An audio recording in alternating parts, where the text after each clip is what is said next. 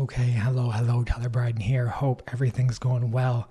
It's the day after the election. We have our results. We have a Liberal minority. Mark Carney remains Prime Minister with a real vote behind him in Canada.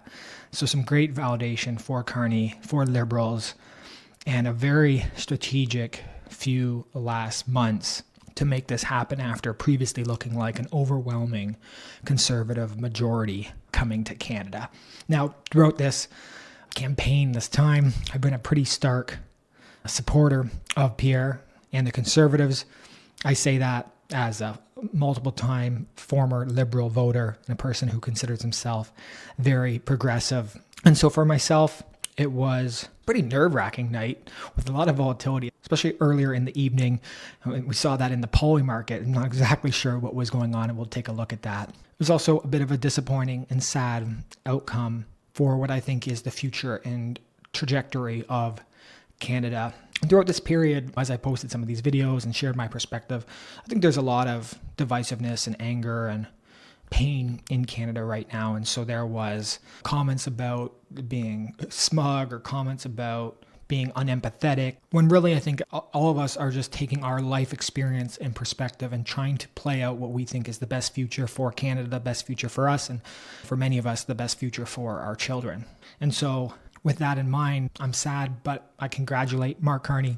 I've been relatively aggressive in campaigning against him. I still think there are a lot of issues that are not resolved just because he's Prime Minister, conflicts of interest, questions around his agenda, his priorities. And I hope as Canadians we hold him accountable for doing a good job for Canada, especially as someone who hasn't always lived in Canada, considers himself European, lives in the United States a lot of the time, which was one of my major concerns about him. But again, that being said, congratulations on the win.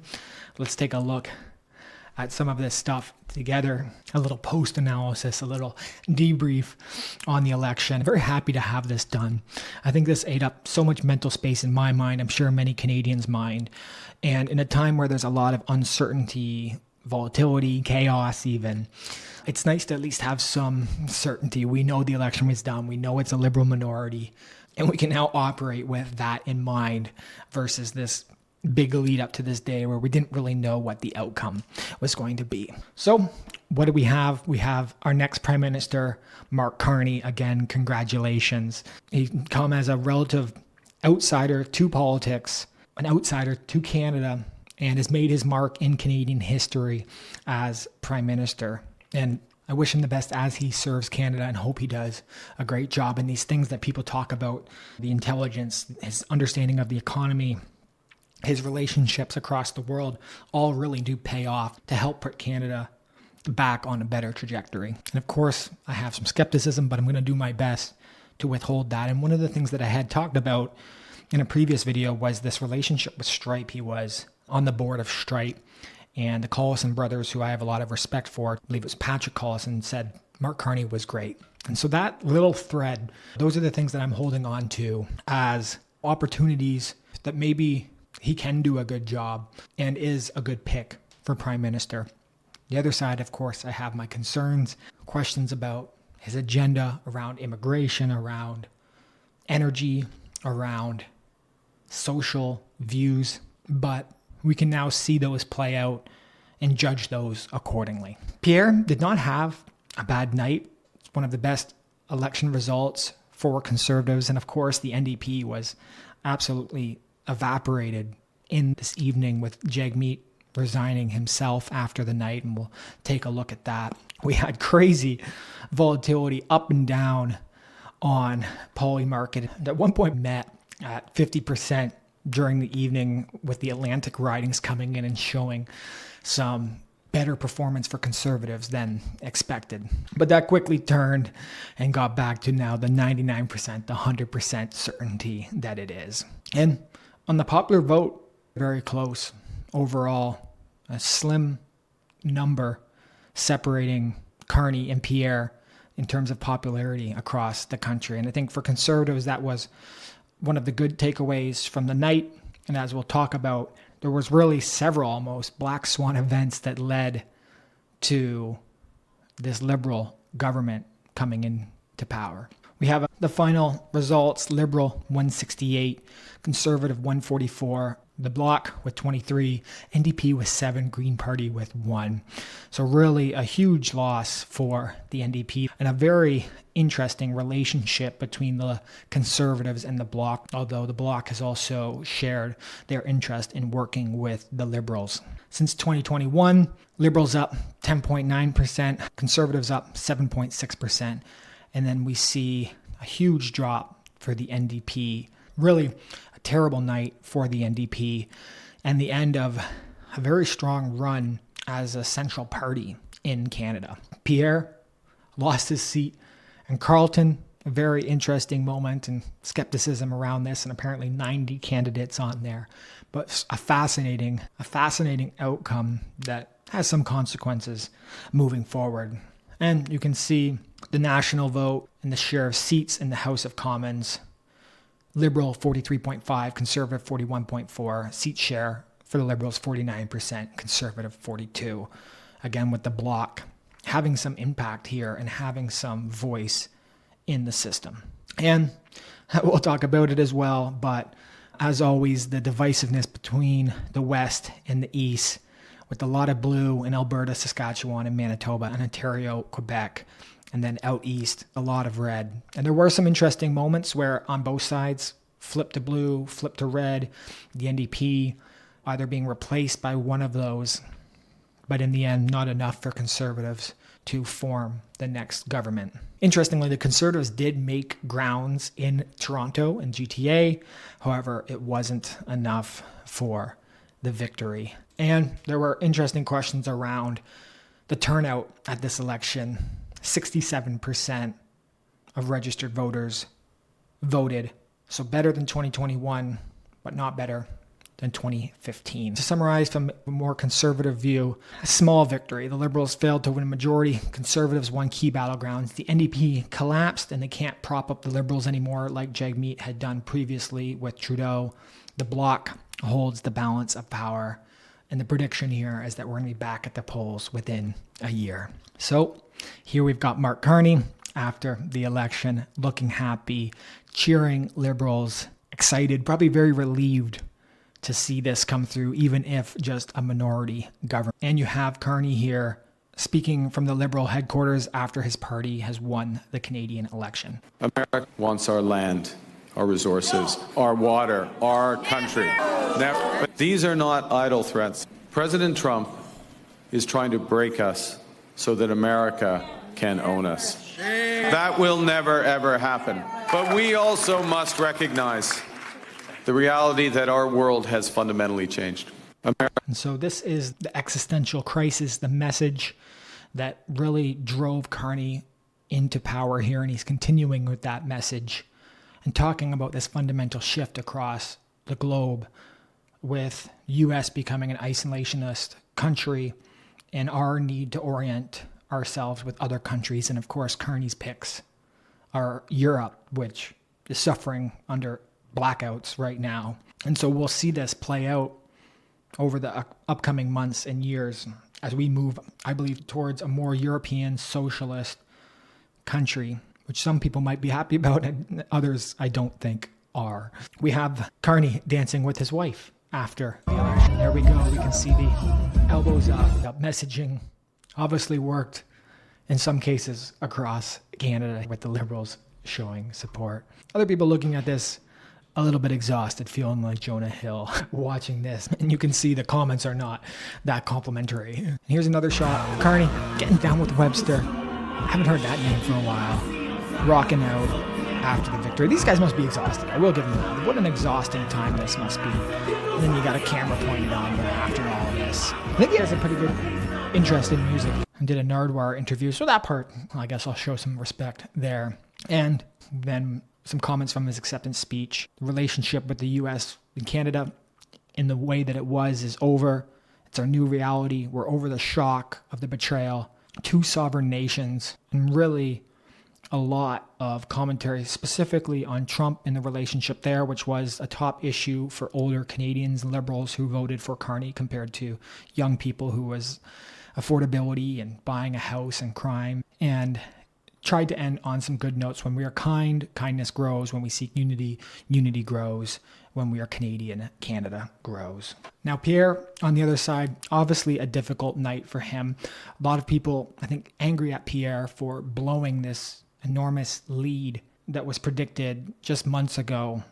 But I think we'll talk about the black swan events that really led to this outcome. And from my perspective, I think Pierre did a pretty incredible job throughout this campaign. Obviously worked hard, showed his human side, did many rallies, brought people out, inspired people, fired people up, and did have a good performance overall. And although he lost his riding, continues to be the Conservative leader and a great opposition to Carney and the Liberal minority government. Thank you.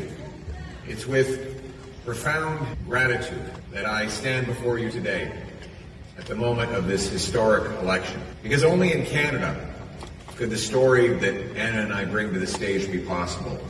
Adopted son of school teachers and a Venezuelan refugee. Stand on this stage in front of our proud country, offering ourselves up to serve for the future. After millions of people have shown up and marked their X, spoken their voice, and exercised their democratic rights. We could not be more proud. We could not be more grateful for the opportunity. I want to take a moment to thank my incredible wife. We will always put Canada first as we stare down tariffs and other irresponsible threats from President Trump.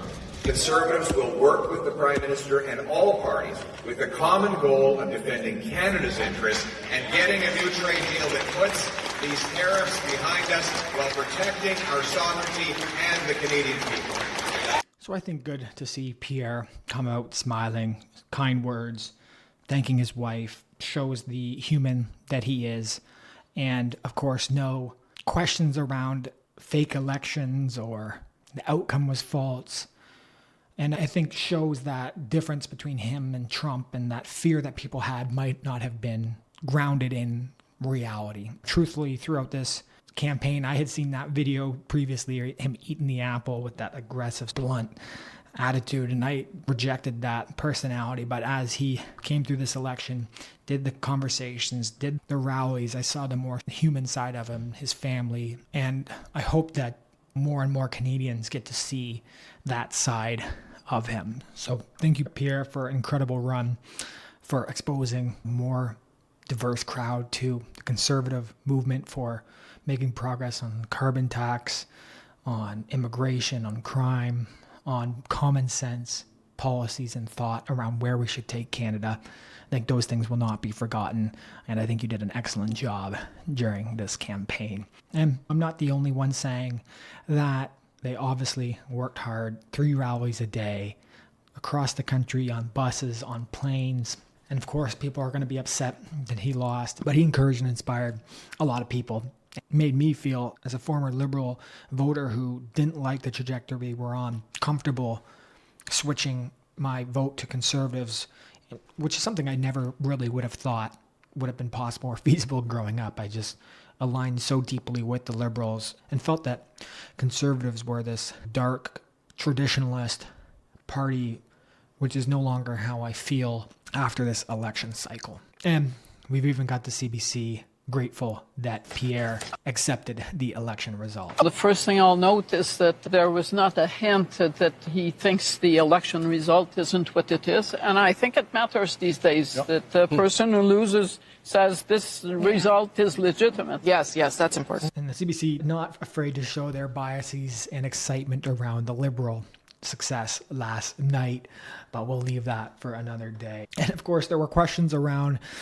the difficulty in Pierre's riding with 90 people on this ballot. I'm not exactly sure what happened here, and I don't know truly the difference on the outcome that this made, but you had to search and hunt for that name to make sure that you could find Pierre and vote for him. And we have Pierre saying he's not going anywhere. An honor to continue to fight for you and to be a champion of your cause as we go forward. So great to see this continued support for Pierre from the Conservative Party. And again, they did have a good night despite the Liberal minority. The Conservative staff and others who've helped reshape the entire political landscape in this country. Conservatives have achieved major breakthroughs. We brought in record support from blue-collar and unionized workers, youth, new Canadians. We gave voices to countless people across this country who've been left out and left behind for far too long.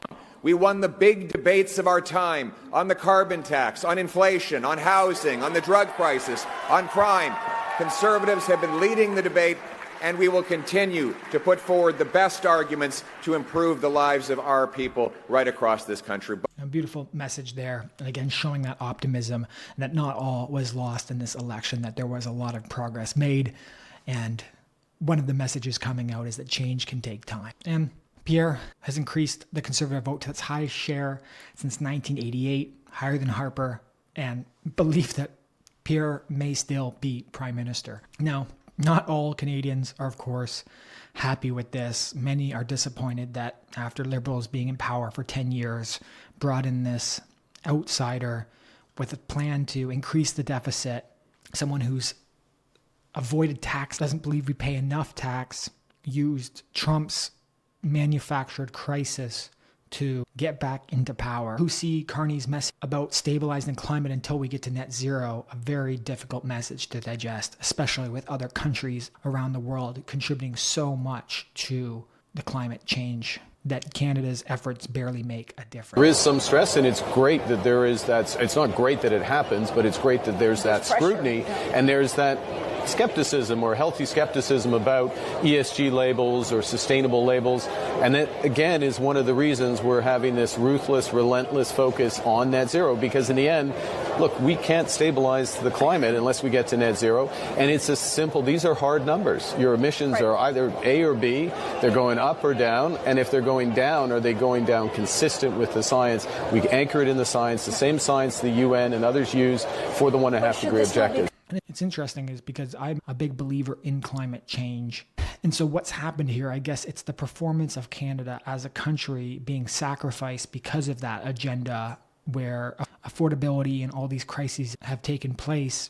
And that part is outweighing some of those priorities, especially again when you see other countries around the world not taking this seriously and really destroying any progress that we're making. And of course, there's the people who feel the contradiction of Carney, this net zero for you, ride around on bikes and take your public transit while I fly around the world with the global elite, discussing how the rest of us should live. And that's something that does not make Canadians feel that great when they see a globalist, elitist banker come into our power after really just being introduced to us months ago with not fully under clarity on his agenda, his objectives, his dedication to Canada specifically, and how he views the world. We have others who say, wow, China is the real winner in this election, that China has leverage over Carney, that they're already infiltrated the Canadian government and country, and this is just another shot, another milestone for the China government in infiltrating and taking over Canada, with Carney being the desired candidate in this case. Other people thinking Canadians are naive, we're gullible, we're easily duped, we have short-term memories when it comes to this stuff. And really, Carney is just a new face with the exact same Liberal Party, the exact same Liberal cabinet, and that nothing will change and it will get worse.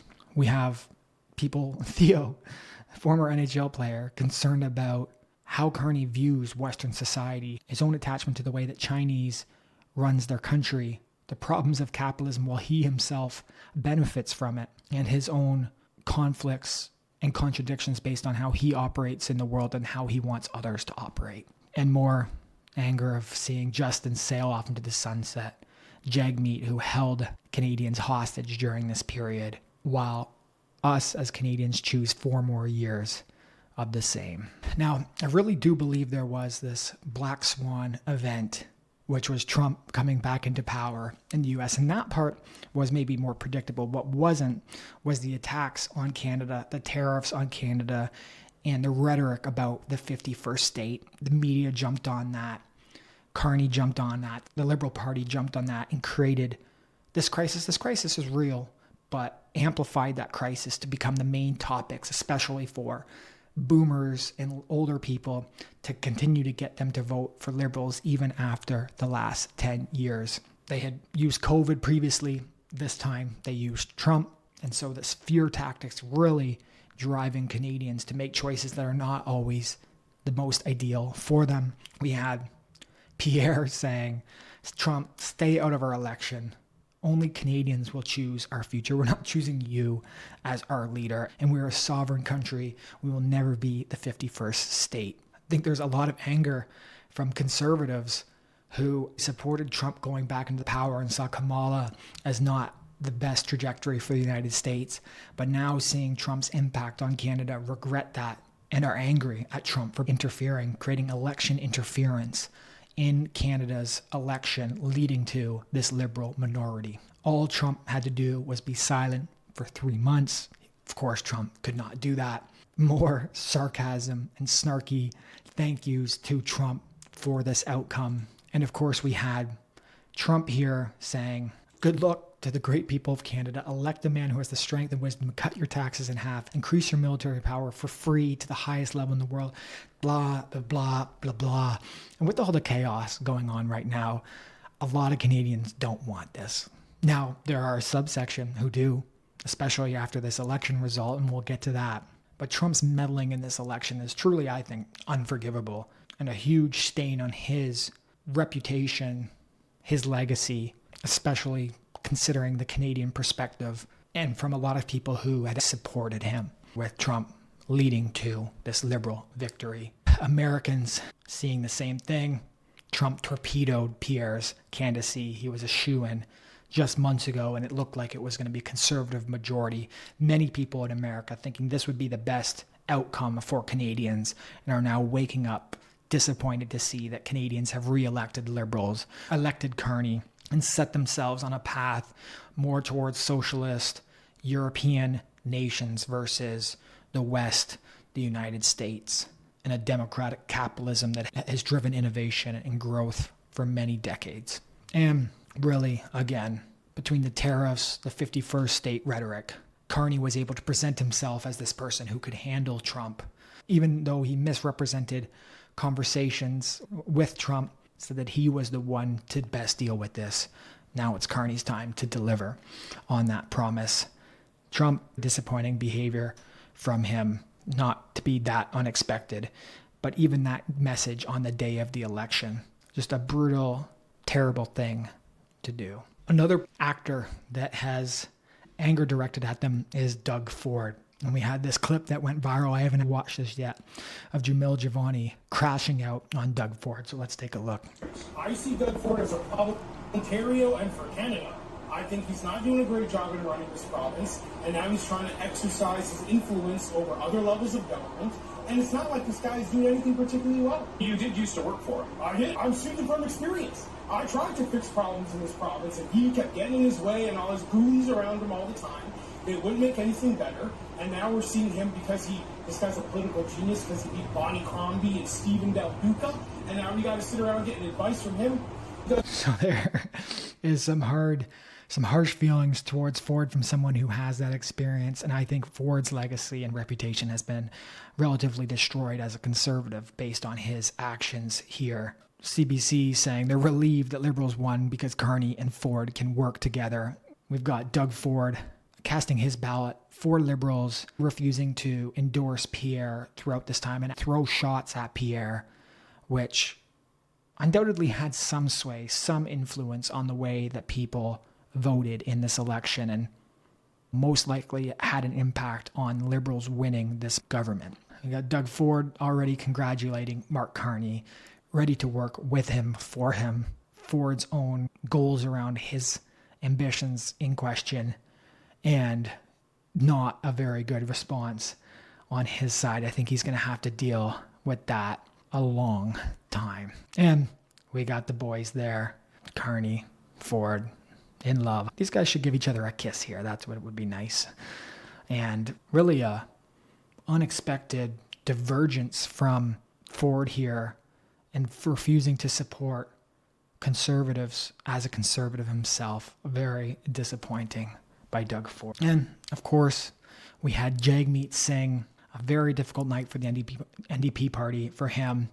One view is this view, that Jagmeet sacrificed his party to prevent a conservative majority and likely save the programs he worked so hard to get past. Now, not everyone likes this view, and I think many others would say that he took away Canadians to choose their own destiny, got his pension cashed out, and held up Liberals in power until they could be safely placed back in power. And here's Jagmeet after the election. Moment to congratulate Prime Minister Carney on his victory. He has an important job to do to represent all Canadians and to protect our country and its sovereignty from the threats of Donald Trump.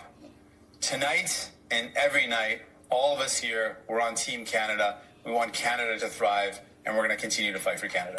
And I think it's tough to see this narrative from Jagmeet all about Trump here, as his party was decimated. Trump will go away. Some civility in the U.S. will be restored, and we'll be left with the decisions that have been made here. And maybe definitely Jagmeet would prefer the Liberals over the Conservatives, but if he truly cared and empathized with Canadians, he could have given them that shot earlier. Now, strategically, maybe he made the right decision for what he thought the direction of the country was. And at core, I do think Jagmeet, in his own distorted, weird way, does care about Canada. But many people will not forgive him for his actions during this period and are very glad to see him go. And we have Jagmeet resigning from the NDP party. I think a moment that many are grateful and happy to see.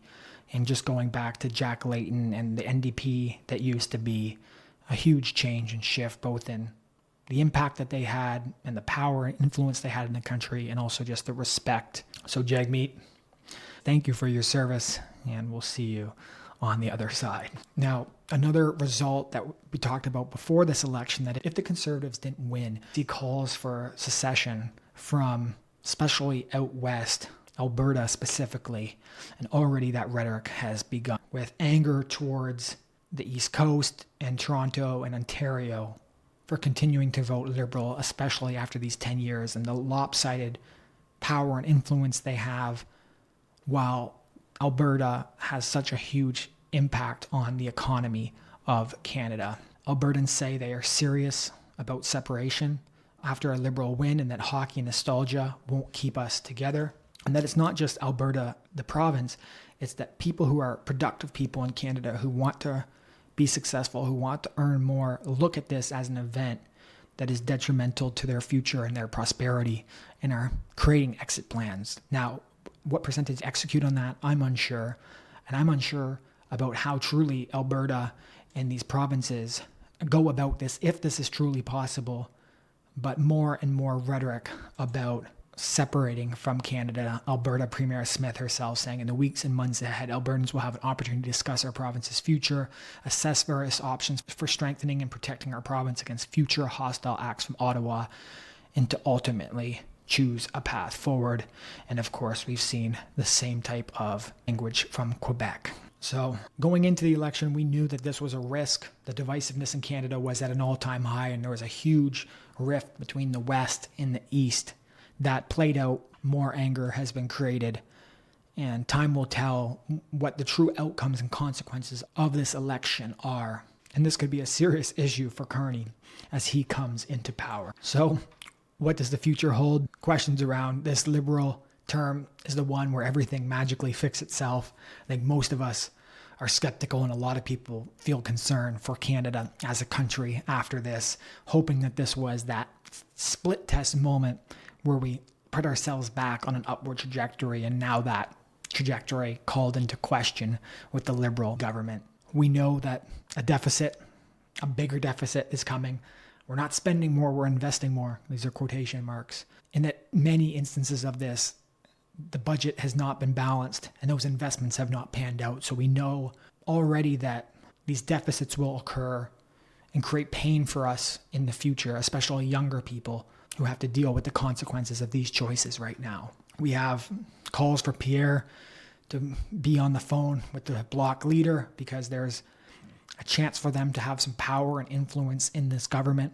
he can also go the other way and put conservatives in a minority. We know that U.S. is on this isolationist agenda, and that will continue to play out, and it will be very important, the choices that Canada makes and how they react to the United States, forge relationship with other countries, diversify their economy, and try to navigate through a very difficult, tumultuous time, especially with slowing GDP, productivity, anger about immigration, affordability crises, drug crises. This will not be an easy period for Carney and the Liberal government. And we know that Vladimir Zelensky probably very happy to see Carney come back into power. Gone on Twitter very quickly, sent his message, and looks forward to receiving more and more money from Canadians. So we know Carney emphasizes with Ukraine, emphasizes with Gaza, the Palestinian cause, and so expect to see more and more Canadian money allocated to those causes, whether Canadians like it or not. So Carney, I wish you all the best. I hope that these questions that I've raised about you, that many have raised about you, and these complex webs of companies that you've run and all these things are put to the side, and you truly do care about Canada and want to see it prosper. We may not have the intelligence or the understanding of the economy or the relationships that you have.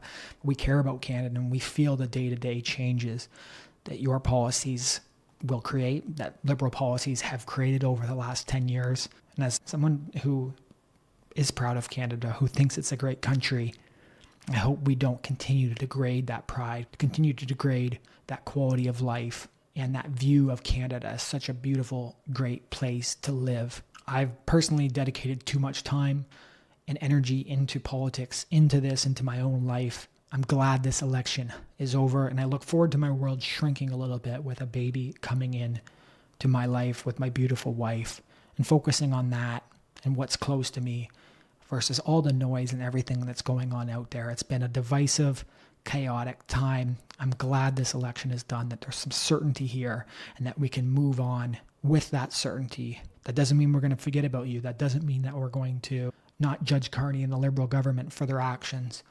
But the choice has been made. We accept that choice. We live with that choice, and we do our best in our own lives to make our lives better and Canada a better place to live. I hope that we can resolve some of the negativity, some of the conflict. I'm optimistic, I'm hopeful, I'm also concerned, but we still have it very good in this country, and I hope we can remember that as Canadians. And I also want to, in my own way, apologize to Mark Carney for some of the language and some of the messages I have said and shared throughout this campaign. It doesn't mean that I don't believe them, but it's in the heat, the anxiety of an election campaign, and me trying to do my own part to influence and help shape Canada in the way that I think is best. And as someone who had many times voted for the Liberals, supported them, and considers themselves a progressive, and I also hope that we can continue to keep the freedom of that in Canada, and I don't have to be concerned about keeping those videos up or keeping the history of my criticisms and questions around Carney live, because we have a more authoritarian government who does not support free speech and our rights to engage politically and question the people who are coming into the power, especially when we don't really know that much about them and there are some red flags that are emerging right away. With that being said, thank you to everyone who watched these videos throughout this election cycle. I will be continuing to talk about Canadian politics, but I'll be broadening the scope, of course, with everything going on in the United States and the world, technology as always, and maybe even some more things around family and life as my own life changes, as our family grows, and as other issues emerge as important in my life and probably many of our lives. I hope you have a wonderful rest of your day. Bye-bye.